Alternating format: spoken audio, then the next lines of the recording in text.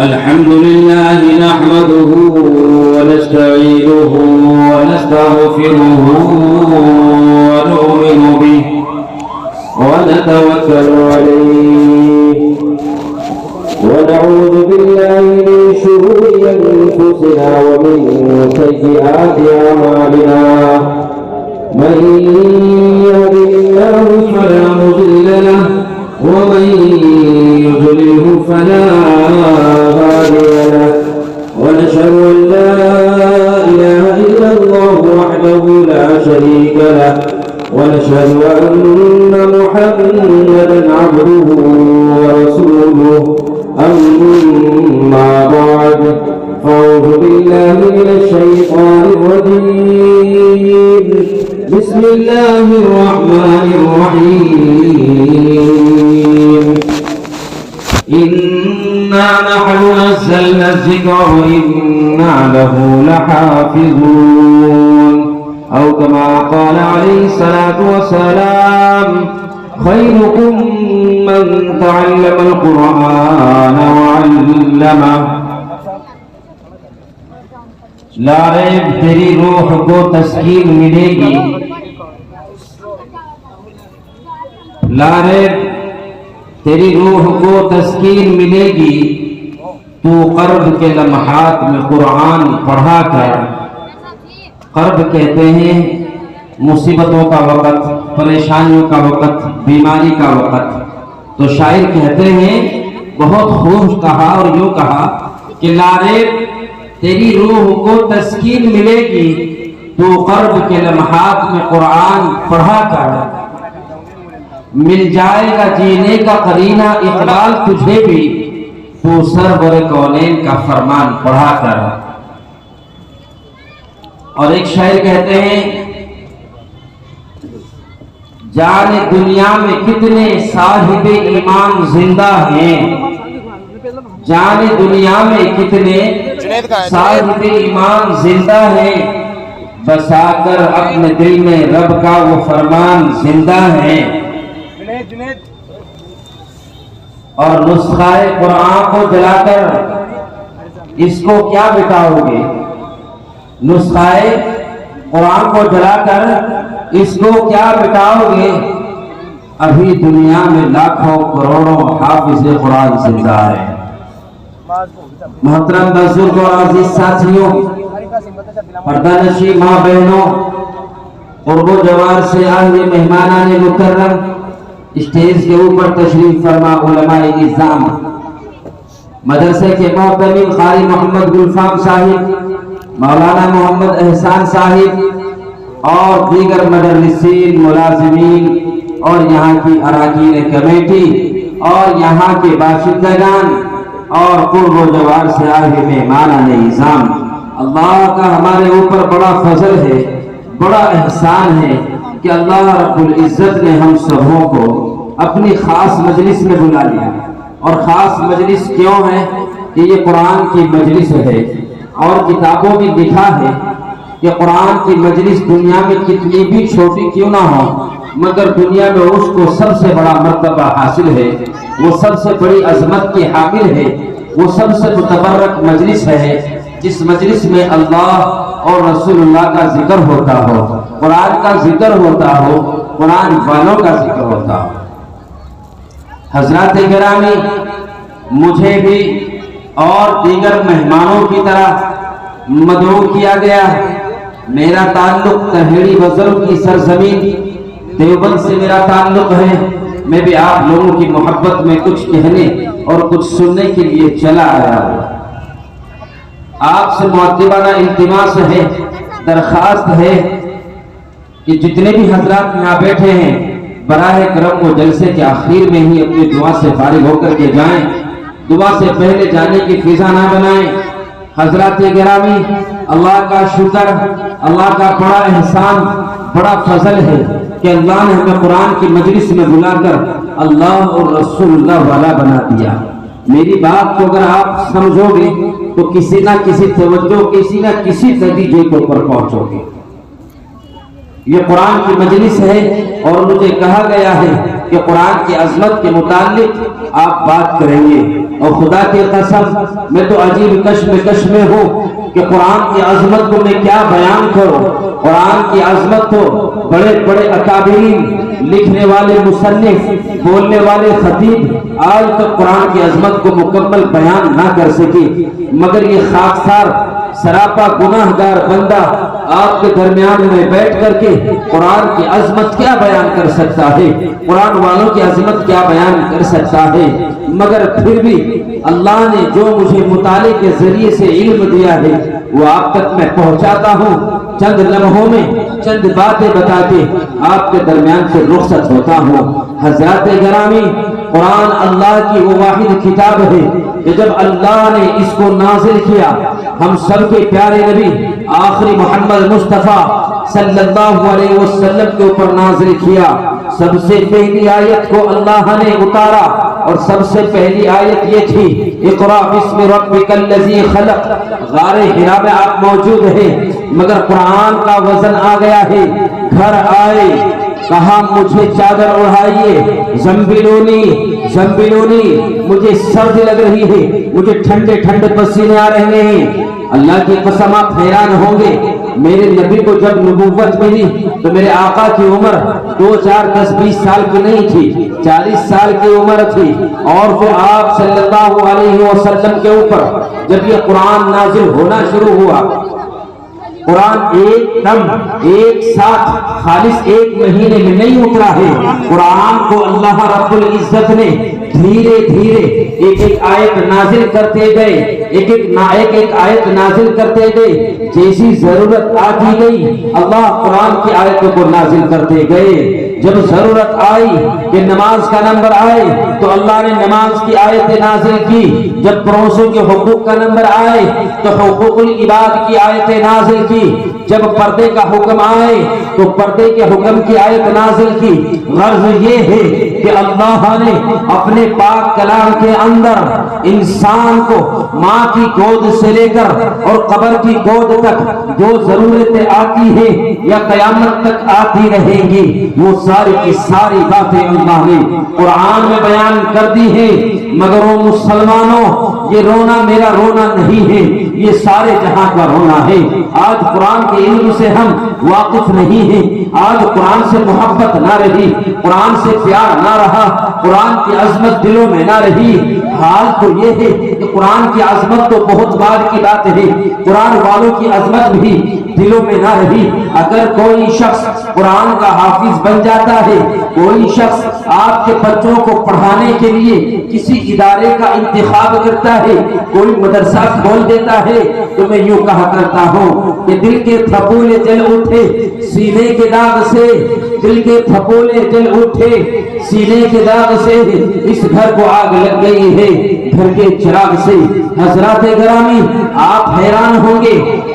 آپ سوچیں گے مولانا کیسی باتیں کرتے ہیں۔ ہاں میں دو کہہ دیتا ہوں، آج ہر گھر کا فسانہ ہے، ہر محلے کا فسانہ ہے، ہر بستی کا فسانہ ہے، ہر گلی پہ، ہر نوکر پہ، ہر چوراہوں پہ، ہر قصبوں میں، ہر شہروں میں آپ جدھر بھی جاؤ، چاروں طرف علماء کی غیبتیں ہی، علماء کو بے عزت کیا جا رہا ہے، علماء کو حقیر نظروں سے دیکھا جا رہا ہے۔ اب تو یہاں تک میں نے دیکھا ہے کہ بعض مساجدوں میں تو یہاں تک اعلان لگا دیا گیا ہے کہ چندہ کرنے والے کو بنا کمیٹی کی اجازت کے یہاں چندہ کرنے کی ضرورت نہیں ہے۔ اور اس سے بھی آگے میں تمہیں لے چلوں تو لوگ یہاں تک کہہ دیتے ہیں کہ مدرسہ نہیں کھولا ہے، مدرسہ نہیں کھولا ہے، وہ تو دکان کھولی ہے۔ ٹھیک ہے مسلمانوں، اگر تم ان کو دکان کہتے ہو اور خدا کی قسم دکانیں صحیح ہے، مگر کبھی ان دکانوں میں آ کر کے تو دیکھو